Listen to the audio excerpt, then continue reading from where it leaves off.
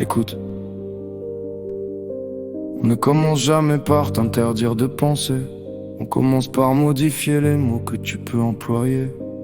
Un mot disparaît, puis une nuance, puis une idée. Et quand l'idée n'a plus de nom, qui pourra encore la défendre?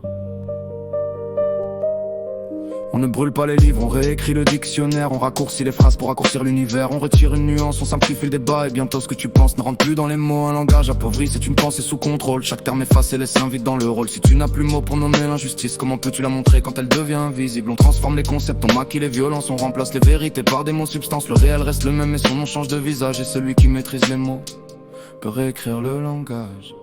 Alors prends garde aux mots qu'on retire en silence, aux idées qu'on enterre sous des mots d'apparence. Et tu dis qu'est-ce qu'il y a, ton esprit éveillé, car perdre les mots c'est parfois perdre la liberté. Prends garde, quand on réduit ton langage, on réduit ton paysage. La novlangue ne dit pas je viens fermer ta pensée, elle dit viens seulement la simplifier. Quelques mots de moins, quelques concepts en moins, et bientôt certaines questions trouvent plus de chemin. On t'apprend à parler sans jamais nommer le problème, à choisir les bons termes pour éviter les dilemmes. À plus dire liberté mais seulement conformité, à ne plus chercher le vrai mais seulement l'autoriser. L'esprit s'habitue à marcher dans une cage quand les barreaux deviennent invisibles dans le langage. Le plus grand des pièges n'est pas celui qu'on voit, c'est celui qu'on accepte parce qu'on ne le nomme pas. Alors lis, cherche, compare, doute, apprends les mots qu'on oublie, les idées qu'on simplifie, les vérités qu'on déguise, les questions qu'on interdit, parce qu'une conscience qui étudie devient difficile à programmer.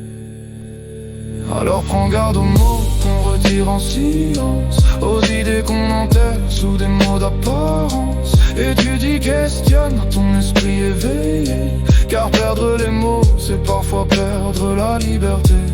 Prends garde,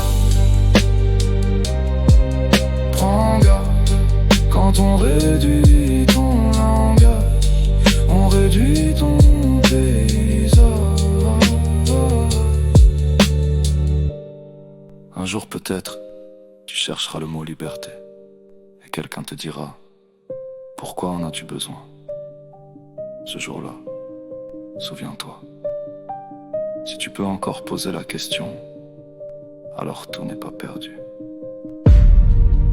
Étudie, observe, nomme les choses, car tant que tu possèdes les mots, tu possèdes encore une part de ta liberté.